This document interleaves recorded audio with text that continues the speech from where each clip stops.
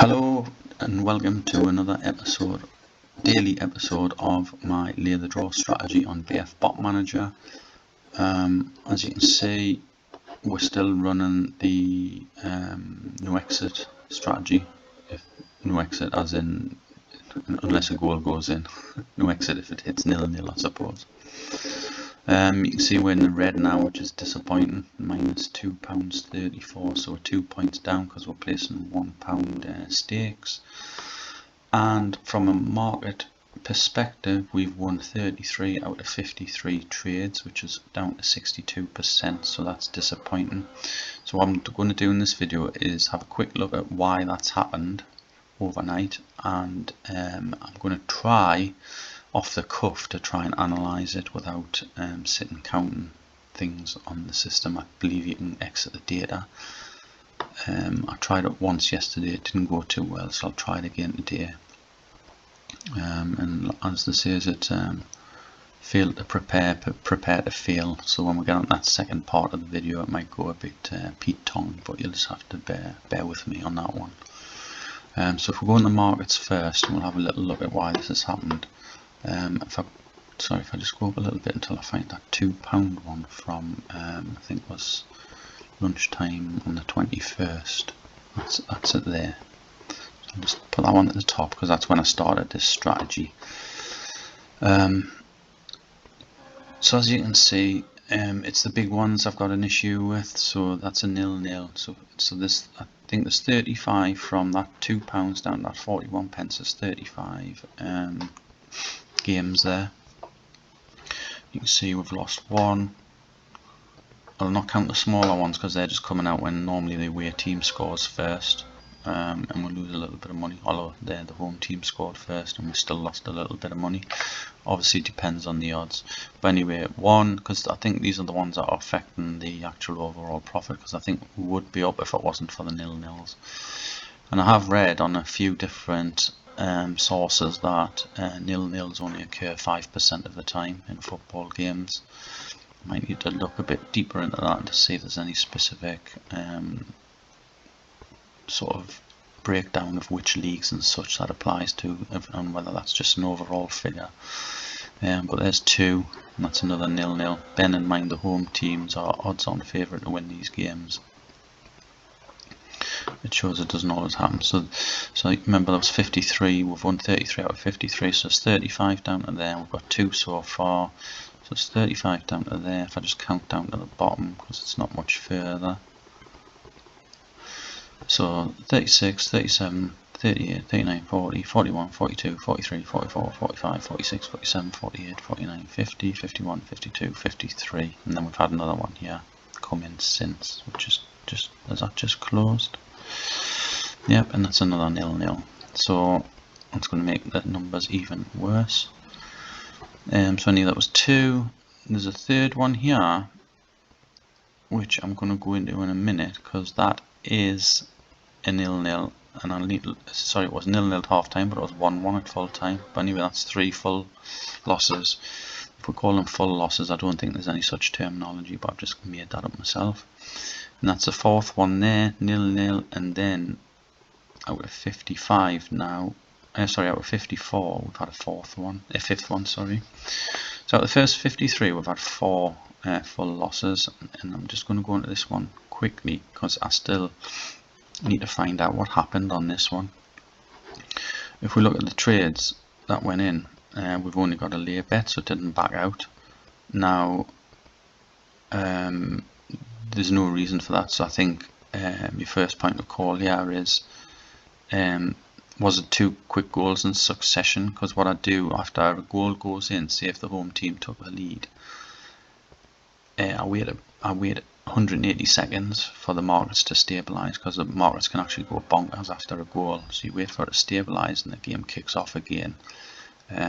But VAR's been a problem, because in the past you could probably just wait a minute and make sure that the markets have stabilised, the game's kicked off, barring any like offsides or anything like that, or a decision would have been instant, whereas VAR now can take sometimes take more than 3 minutes. But I thought, well, you don't really want to go over 3 minutes, because if there's no VAR at all, you can't really automate that.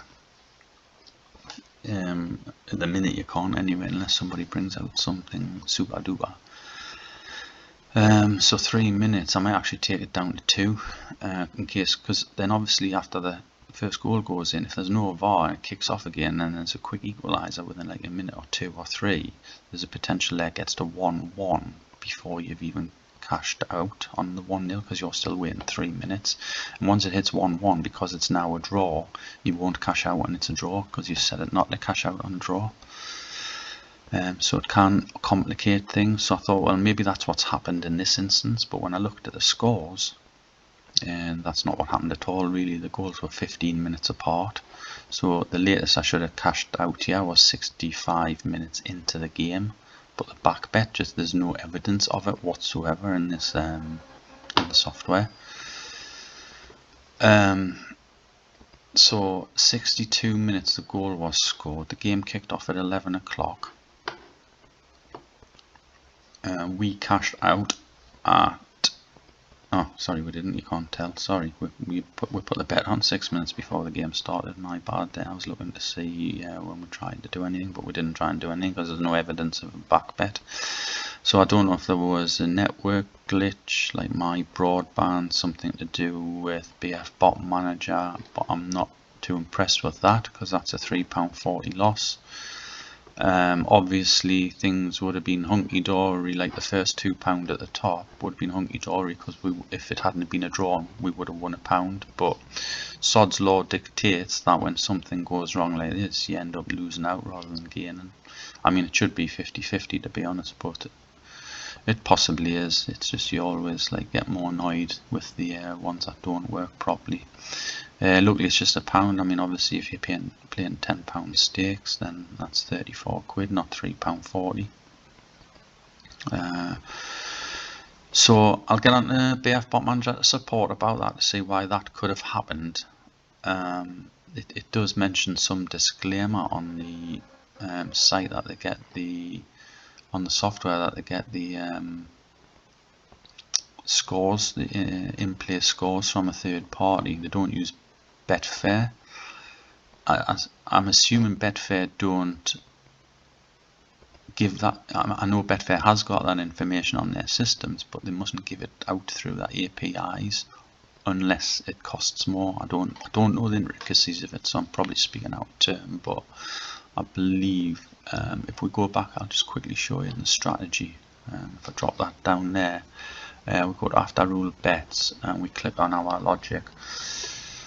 You can see here when the screen eventually opens, if I go to sport specific settings, I've got this set for football and I've put hedge on the following scores. So you can see I've set every single score up to hedge, apart from 4-4. Alright, yeah, sorry. 5-5, 4-4, 3-3, 2-2, 1-1, 0-0. We won't ever hedge on those scores. I have got this set elsewhere. I wasn't sure why this was here and it's in another screen, so maybe I need to change this one to and put it at 120 seconds. I might actually do that.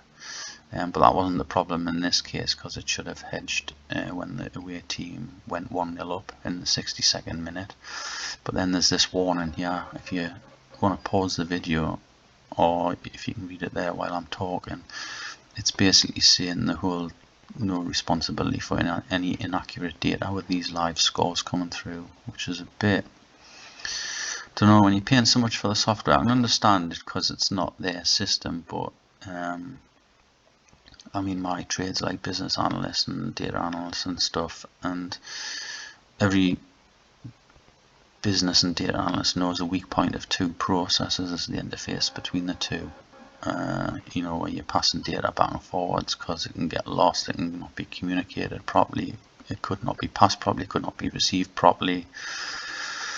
And now sort of understand now that this software here has, obviously it's got an API link back and forwards with Betfair, and then it's obviously got at least another one with this third party live score source, whoever, and it doesn't even sort of say who it's using or anything. So I just need to get my head around that and whether it's worth maybe looking at this kind of setup here where we set something up to say if the draw price goes up by 1%, if the actual price goes up above a certain price, then cash out. Cash out for a loss if it goes below a certain price, cash out for a profit if it goes up by a certain number of ticks, cash out for loss if it goes down by a number of ticks. We can use value as well, so we've got plenty of options there. We've got the price going up and down, we've got the price going up and down by a percentage, we've got the price going up and down by value, we've got the price going up and down by ticks. We could use all that, and ultimately I think when a goal does go in, that affects the market enough for the odds to change. So I'm going to set something up in simulation mode to do that, just to see if the results are any better, because it's not annoying because I'm still just obviously testing these, but to know it's there, to know this issue is there and this can happen, is a bit frustrating. And I'm not like blaming BF Bot Manager or anything, I'm just like, it's just something that's going to be frustrating going forward if it keeps happening. It's probably the first or second time, I've never seen it often, but I will be keeping my eye open for where we're putting a lay bet in and you're not putting the back bet in. I mean, sometimes it works to your favour. It did happen on the first trade up here, but there was a reason for that. There was no live scores available, so that was purely my fault. But this bottom one at the minute, I can't find a reason for it. I'm just going back up to find that £2 one. I'll show you how that one's slightly different. So you can see we put a lay bet in here and we didn't put a back bet in, but that was my fault because I was actually mistakenly in error trading on games that didn't have live updates. So I went on the software and I found out the setting for that, and I set that up so it only traded on games where we got a live score. So one other point is if I go to the actual price change percentage value or ticks, I could actually do these games as well, because you're not then relying on the goals going in, you're not relying on the score, you're just relying on the price going up or down. I suppose that's how you should trade, really, on the price going up and down. So I will set something up in simulation mode and include that in the next video. So as you can see, that one, and then obviously we've hit four other draws now, including this one at the bottom here, which wasn't in the figures. Is that in the figures now? Yeah, you can see we've still won 33 out of 54, and we're down to minus £5.74 now, because that this bottom game here has been tallied up. But as you can see, that's a 0-0 half time, 0-0 full time. So that is one of the 5%, which is a lot more than 5% at the moment. So out of 50 games, I think we've had four 0-0 draws, which got me on to thinking I need to start being able to analyse this for when the data gets too much, because I'm already looking through 50 results trying to work things out. So what I found was this option to export all visible data, so I'm just going to click on that and I'll show you. So it saves it as a CSV file by default. So I'm just going to say, I'm just going to call this my market data for now, and I'll save that.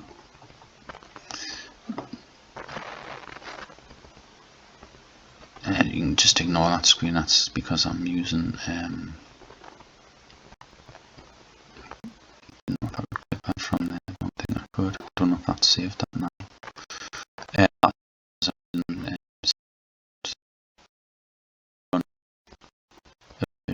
might be able to get to this now.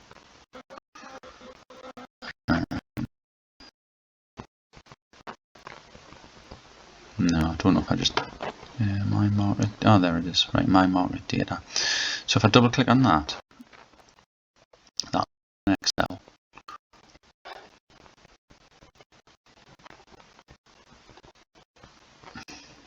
Hopefully at some point. It's taking a while. Right, that's it there. It's actually opened it on a different screen because I've got a dual screen set up here.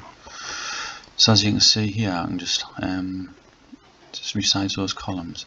You see this live score here? Excel is absolutely horrendous. I can't stand it sometimes. Any score like that must have been what would that have been, like the fourth?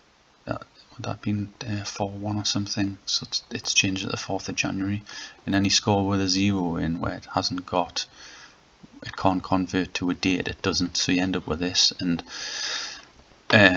I looked at this yesterday online, and I do know a little bit about Excel, although I do use Google Sheets quite a lot now because I think I prefer its simplicity, because I don't try to do too much complicated stuff now. I used to do VBA and everything, but just try and keep it simple now because it can get absolutely horrendous. But you can see here all at once, yeah, I mean I could manually go through, but when I looked it up online, the only way easily to get around it is to actually, I'll show you again from scratch, is to, you can either rename this or export it as a text file and then import it into Excel. So if I try rename, and I'll tell you what, I'll export it again. Export all visible data. And this time I'll save it as a, I can't save it as a text file. I wonder if I can just put my data.txt. No, because it's going to save it as a text file. CSV file, sorry. Let's see what that's done.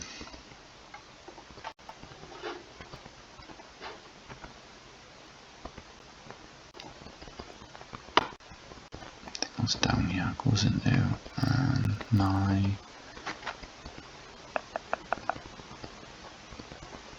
it doesn't seem to save that at all unless it hasn't synced up. Let's have this one.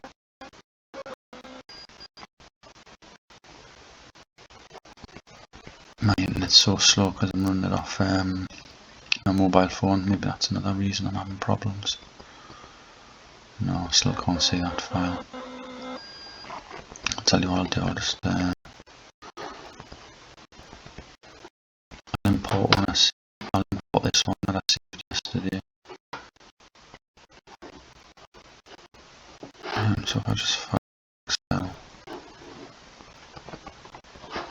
just create a new,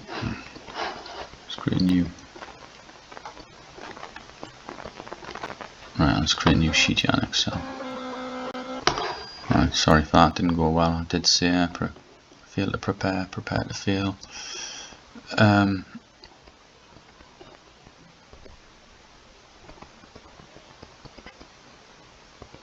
So I'm not greatly familiar with this new version of Excel, but there should be a way I can import a text file. Probably need to click on file and then open rather than click on new. So there should be some kind of file type where it's not just, right, okay, so it's already picking that one, right, okay. Now this is the one I've already looked at. So yeah, when you import the data, I'll show that in another video, you can specify this needs to be a text field, so it comes in like a proper score. So yeah, it converts anything with without a 0 into a date, because it's trying to be so clever. It's not clever at all, it's just needless nonsense and just takes longer to sort things out. Anyhow, as you can see, here's the data. And what I tend to do,